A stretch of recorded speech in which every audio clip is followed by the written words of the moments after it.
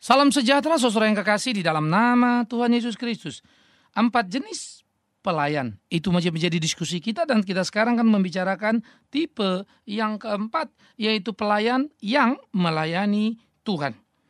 Kita akan membaca di dalam Alkitab, kitab Injil Yohanes pasal yang ke-12.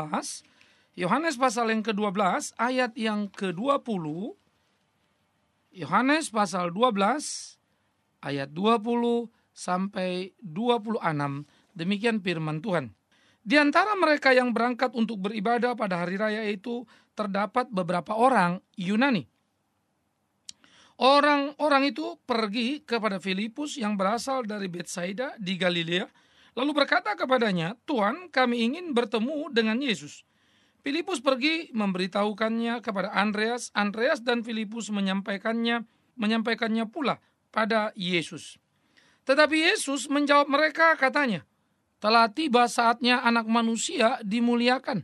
Aku berkata kepadamu, sesungguhnya, jikalau biji gandum tidak jatuh ke dalam tanah dan mati, ia tetap satu biji saja. Tetapi jika ia mati, ia akan menghasilkan banyak buah. Barang siapa mencintai nyawanya, ia akan kehilangan nyawanya. Tetapi barang siapa tidak mencintai nyawanya di dunia ini, ia akan memeliharanya untuk hidup yang kekal. Barang siapa melayani aku, ia harus mengikut aku, dan di mana aku berada, di situ pun pelayanku akan berada. Barang siapa melayani aku, ia akan dihormati oleh Bapa." Pelayan yang melayani Tuhan dikatakan adalah pelayan yang selalu ada di mana Tuhan ada. Menarik sekali. Pelayan itu ada di mana Tuhan ada untuk melayani Tuhan. Nah, tetapi yang menjadi seringkali problema bagi kita, apa artinya pelayan itu ada di mana aku ada? Mari kita lihat dulu, itu pertama tidak berarti dulu ya. Tidak berarti. Pelayan itu ada di mana Yesus ada, tidak berarti pelayan itu selalu menyebut-nyebut nama Yesus.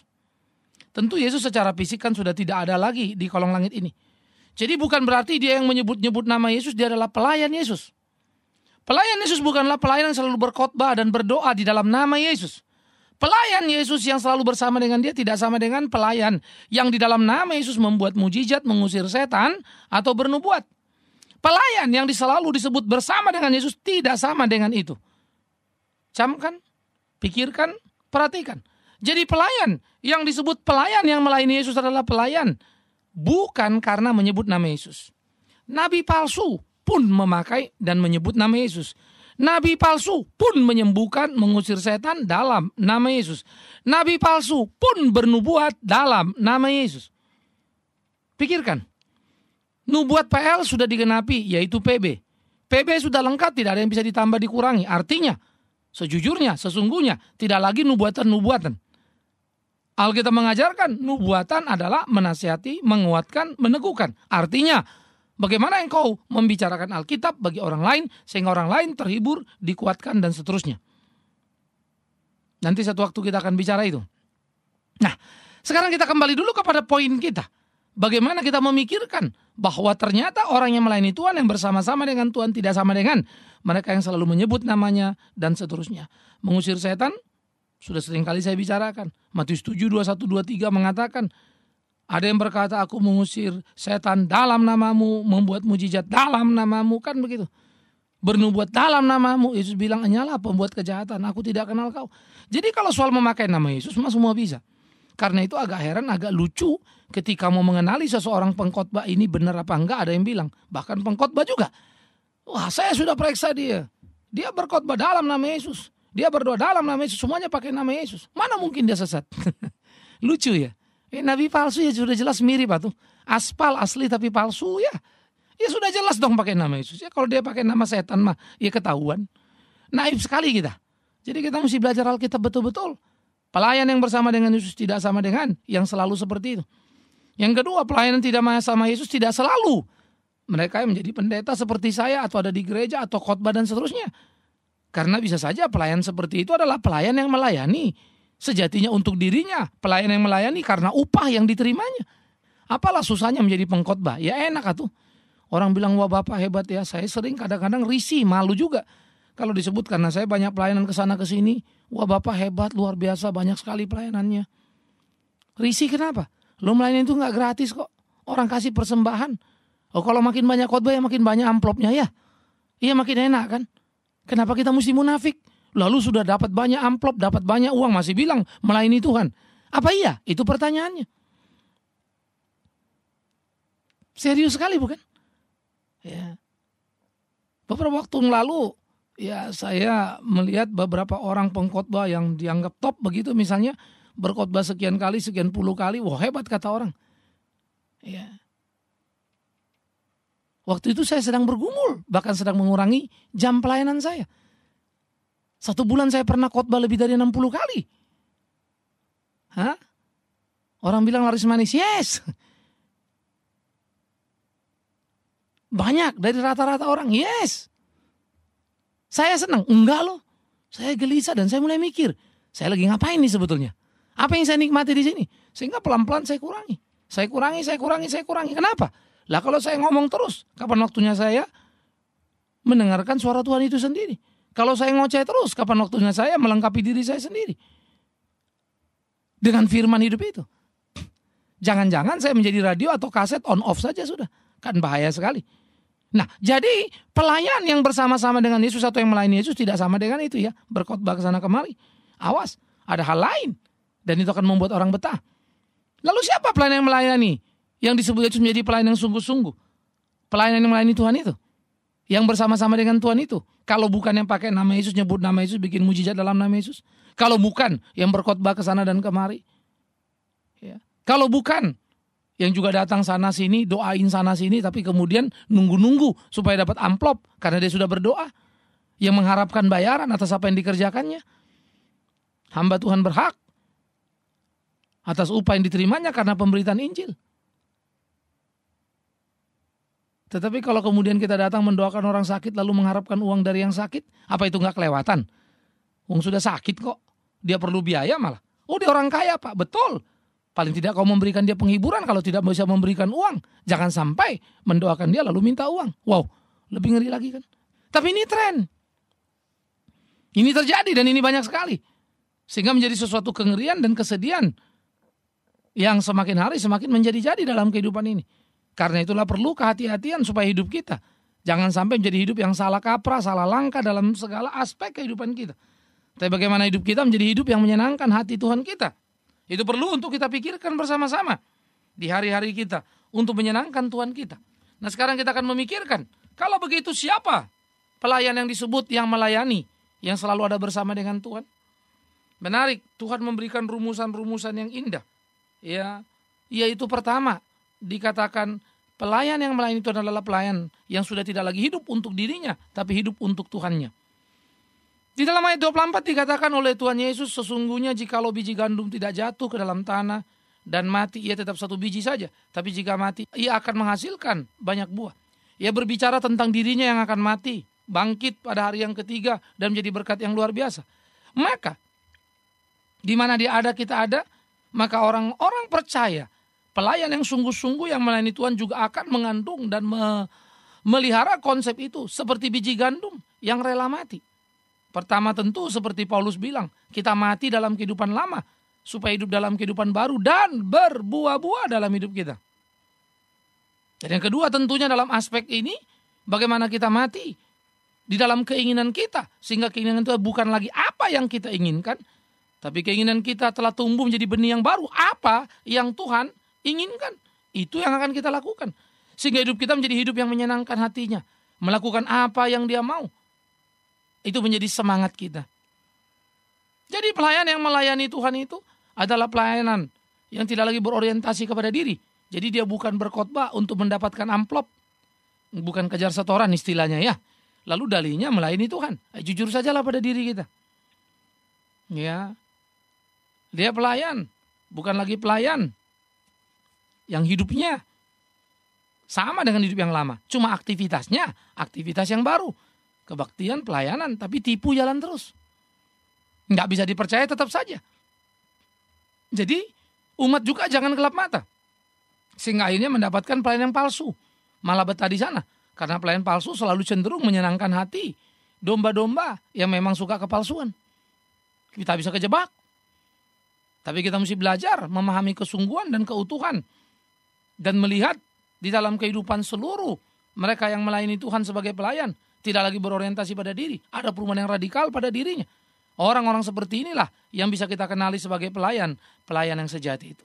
Tetapi awas ya, bukan saja dari kata-katanya, tapi hidupnya, perbuatannya. Banyak khotbah yang bagus, khotbah yang benar, khotbah yang keras, mengkritik sana, mengkritik sini. Tetapi ternyata dia tidak benar. Orang seperti saya bisa jadi tidak benar. Anda mesti melihat hidup saya, pergumulan saya, buah saya. Saya selalu katakan, lihat keluarga saya, tanya istri saya, tanya anak saya, mereka tahu siapa saya. Ya kan, itu perlu. Tanya orang yang di sekitar saya, yang sering berinteraksi dengan saya. Seperti apa adanya.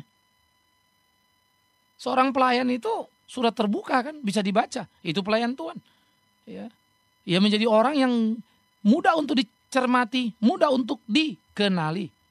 Jadi pelayan Tuhan adalah pelayan yang mati untuk hidup.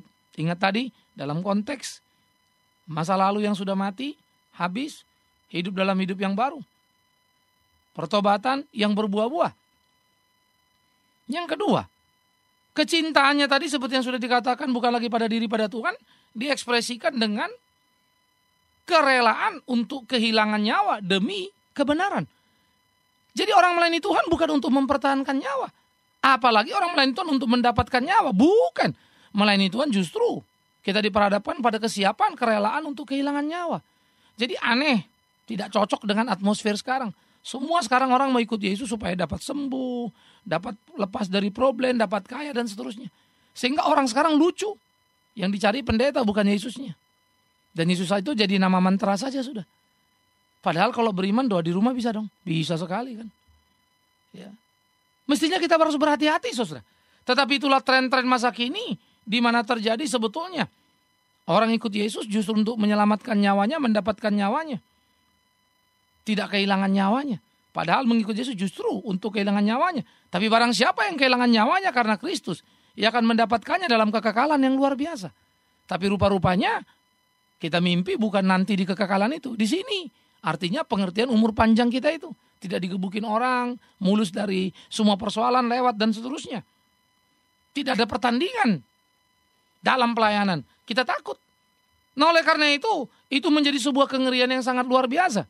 Sehingga terjadi kepada pencintaan diri yang sangat tinggi. Semuanya hanya tentang diri, semuanya hanya tentang apa yang saya mau.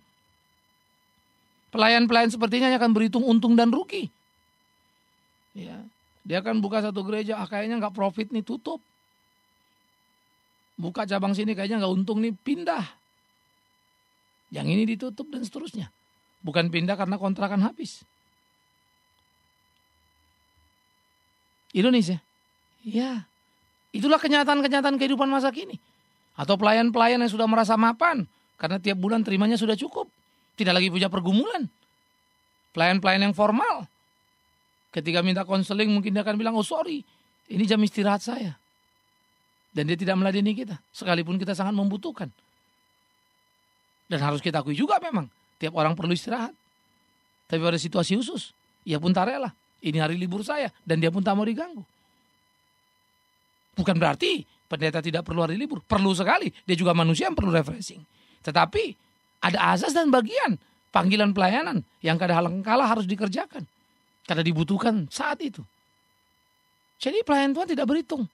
Ya tidak kemudian mau membuat sesuatu pertimbangan-pertimbangan yang berkaitan dengan kenikmatan dirinya. Tapi sebaliknya dia rela kehilangan nyawanya untuk melayani Tuhannya. Alangkah luar biasa, alangkah indah sekaligus alangkah langkanya mencari orang seperti itu. Semua orang senang menjadi pendeta bukan karena pergumulan penderitaan yang dialaminya. Semua orang senang menjadi pendeta karena cerita Tuhan luar biasa pelihara hamba-hambanya. Saya pendeta tidak pernah miskin, selalu kaya. Saya pendeta tidak pernah sakit, selalu sehat. Oh. Saya pendeta tidak pernah punya masalah. Hidup saya mulus terus. Wah. Kita justru patut berburuk sangka dan bercuriga ria. Ini model apa ya? Masa ada sih begitu?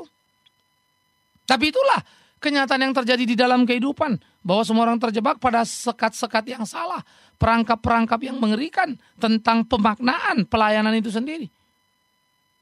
Nah, ini jadi pergumulan kita, saudaraku. Ini menjadi kesulitan tersendiri yang harus diselesaikan. Ya. Nah, ini menjadi pertandingan. Ini menjadi pertarungan yang sengit dalam kehidupan. Oleh karena itulah tiap kita harusnya belajar sungguh-sungguh bagaimana melakukan apa yang menjadi kehendak Tuhan dalam hidup ini, sehingga kita tidak terjebak pada perangkap yang salah, membuat kesalahan dalam kehidupan. Mari pikirkan, mari renungkan, mari jalani hari-hari kita di dalam Tuhan, bersama dengan Tuhan, menyenangkan hati Tuhan itu. Ini perlu. Dan ini harus menjadi warna kita. Ini harus mewarnai hari-hari kita.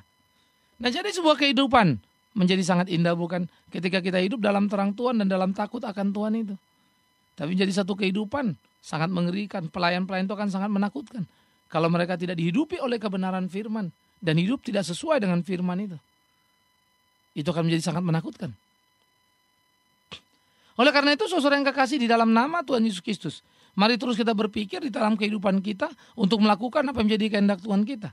Mari kita terus memikirkan hidup menyenangkan hatinya, sehingga hidup kita hanya untuk kemuliaan nama Dia. Ini penting, ini perlu untuk kita jalani terus dalam hidup kita. Melakukan apa yang menjadi kehendak Tuhan itu. Atau kita bukan apa-apa. Atau kita hanya orang-orang yang penakut, lari dari pertarungan hidup untuk menyelamatkan diri sendiri. Tidak rela terlibat di sana, ada di sana. Hati-hati. Nah, jadi saudaraku yang kekasih, pelayan yang melayani Tuhan itu adalah pelayan yang sungguh-sungguh, yang melakukan dan rela untuk menjalani apapun di dalam kehidupannya. Maka dikatakan, barang siapa yang melayani Tuhan, maka Bapa di dalam surga akan menghormati orang yang melayani Yesus di dalam kesungguhan. Jadi kita melayani bersama dengan Dia, rela kehilangan nyawa seperti Dia. Maka kita berjalan seperti Dia yang selalu bergantung kepada Bapa.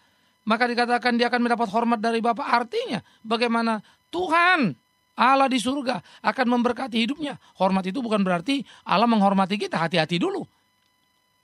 Iya, artinya kita mendapatkan satu respect dari Allah, di mana Allah memberkati kita dalam kehidupan kita. Karena bukan Allah butuh kita, kita butuh Allah. Jadi hormat itu justru menunjukkan sesuatu keagungan yang luar biasa. Bagaimana Dia memperhatikan kita, bagaimana Dia menuntut membimbing kita di keseharian kehidupan kita. Ya. Jadi orang yang melayani Tuhan selalu bersama dengan Tuhan, siap kehilangan nyawanya. Dan yang ketiga, orang yang melayani Tuhan selalu bersama dengan Tuhan. Ingat, Yesus menjadi model, Yesus menjadi contoh yang paling tuntas, yang paling lengkap. Apa yang dilakukannya? Pada waktu mau mengatakan benar, ia tidak segan-segan mau berbicara kepada siapapun, termasuk ahli Taurat atau kepada siapapun, kepada Pilatus sekalipun. Ia akan mengatakan kebenaran sebagai kebenaran apapun risikonya, termasuk risiko disalibkan itu, ditanggungnya. Itu pelayan yang sungguh-sungguh yang melayani Tuhan. Bukan pelayan yang berhitung-berhitung apa yang mau dikatakan. Seperti yang sudah kita bicarakan sebelumnya. Dia hanya mau mengatakan apa yang orang dengar, apa yang orang suka dengar. Dan dia dapat pengikut yang banyak sekali. Tapi dia tidak sedang bersama-sama dengan Tuhan. Ia bersama dengan dirinya dalam gairahnya. Ini juga mesti kita pikirkan, saudara yang kekasih, melakukan apa yang dilakukan Tuhan Yesus. Ya. Tuhan Yesus sangat kaya dalam hidupnya. Kaya apa? Kaya dalam karyanya. Ia menyembuhkan banyak orang. Bahkan membangkitkan orang mati, mengampuni dosa. Tapi dia tidak pernah mengumpulkan materi dari semua itu. Ia bagi hidupnya. Ia bagi dirinya. Seharusnya pelayan yang sejati pun sama. Mempunyai mental yang sama, sikap yang sama. Kita perlu memiliki apa yang kita perlukan. Kita perlu mobil untuk transportasi. Kita perlu rumah untuk tempat tinggal. Tetapi bukan itu menjadi tujuan pelayanan kita. Bagaimana menggandakan, melipatkan, membesarkan semuanya? Tentu tidak. Sehingga ada ajas kewajaran yang mestinya kita anut. Ada ajas kewajaran yang mestinya diperhatikan. Wajar nggak ya? Kalau pendeta itu terlalu mewah. Wajar nggak ya? Kalau pendeta begini dan begitu. Kita mesti pikirkan baik-baik. Itu mesti menjadi sesuatu pergumulan kita. Ya. Saya jujur saja kadang-kadang masih takut untuk hidup jauh di bawah. Sederhana banget begitu ya. Batin saya kadang-kadang takut. Sehingga saya mulai berpikir lalu mulai menangis dan berkata, Tuhan ampuni. Seringkali saya tidak mampu seperti apa yang Kau mau. Saya memang sudah pergi ke desa. Melayani dan mengerjakan di sana pembangunan sekolah. Sudah mengantar anak menjadi sarjana. 29 anak-anak kami ada yang dibeasiswa oleh kami langsung dari yayasan. Yang sekarang duduk di university. Tapi saya pikir kan tidak cukup hanya itu ya. Saya memang sudah hidup di bawah dari apa yang saya bisa kumpulkan. Artinya kalau saya bisa dapat uang katakanlah 1 juta begitu ya. Saya cuma makan 750 atau saya cuma makan 600 begitu. Ya, padahal saya bisa pakai 1 juta. Saya punya. Karena saya pakai sebagian untuk pelayanan bukan untuk diri. Tetapi jujur itu pun saya masih merasa ada something yang belum bisa tuntas. Ya, untuk bisa seperti apa yang Tuhanku mau. Sehingga saya seringkali merasa jadi malu. Tuhan ampuni. Sehingga waktu saya renungkan Alkitab saya jadikan alat ukur. Saya tidak mau mengukur diri saya membandingkan dengan orang lain.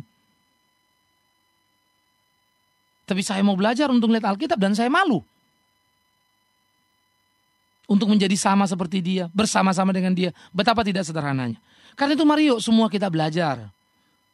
Ya, untuk menjadi sama seperti dia. Sehingga di mana dia ada, kita sebagai pelayannya ada. Tentu melakukan apa yang dia mau. Ingat, para murid-murid lari meninggalkan dia di kayu salib, tidak bersama-sama dengan mereka. Sampai kemudian mereka sadar dan dirubah oleh kuasa hari Pentakosta. Sehingga semua mereka kembali ke jalan yang utuh, yang benar. Hidup seperti apa yang Tuhan mau dan hidup mereka memuliakan Tuhan. Dan kemudian para rasul itu memberikan nyawanya, hidupnya untuk Yesus Kristus Tuhan. Sekarang giliran kita. Mungkin kita tidak akan dibunuh. Karena pola model hidup sudah berubah bukan? Kita tidak akan dibacok mungkin.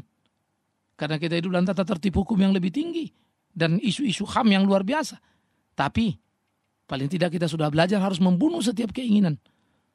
Terbunuh dalam tiap kegairan dan gaya hidup yang berlebihan bukan? Bukankah itu perlu untuk kita pikirkan? Semoga saudara menemukan kesejatian sebagai pelayan.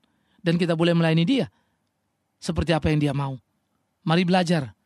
Mulai terbunuh dan dibunuh dari keinginan-keinginan kedagingan kita bukan? Gaya hidup yang berlebihan. Jangan malah menyembunyikan semua kenikmatan-kenikmatan, kemewahan-kemewahan atas nama ini berkat Tuhan. Memang lain orang yang diberkati Tuhan. Please, harap hati-hati. Atau kita akan ditunggangi setan sehingga kita tertipu dan akhirnya berakhir di kengerian, di kesedihan. Semoga tidak. Pelayan yang melayani Tuhan bersama-sama dengan Tuhan selalu di dalam hidupnya menyenangkan Tuhan. Dan ia bisa dikenali seperti kita mengenali Yesus, pelayan yang sejati itu. Amin. Mari kita berdoa. Ya Tuhan, kami bersyukur, kami berterima kasih karena Tuhan menyertai kami. Kami bersyukur berterima kasih karena Tuhan membimbing kami. Kami bersyukur berterima kasih karena boleh melakukan apa yang menjadi kehendak Tuhan di dalam kehidupan. Sehingga hidup kami sungguh-sungguh hidup yang memuliakan nama-Mu. Terima kasih Bapa di dalam surga. Kami berdoa supaya Tuhan terus menuntun kami, membimbing kami dalam segala kelemahan kekurangan kami. Membentuk kami menjadi pelayan-pelayan yang sejati yang melayani Tuhan. Seperti Yesus melayani di muka bumi ini. Ajar kami punya hati yang bersih, tanpa selubung, sehingga di dalamnya sungguh Tuhan yang ditinggikan. Berkati semua kami dalam perenungan untuk menyenangkan hati-Mu, melakukan kehendak-Mu. Terima kasih Bapa di dalam surga. Seluruh doa dan pengharapan kami kembalikan kepada-Mu. Jadikan kami pelayan-Mu yang sungguh, demi dan di dalam nama Yesus Kristus. Kami berdoa, bersyukur dan mohon kemurahan Tuhan untuk terus memelihara kami sebagai pelayan-pelayannya. Amin.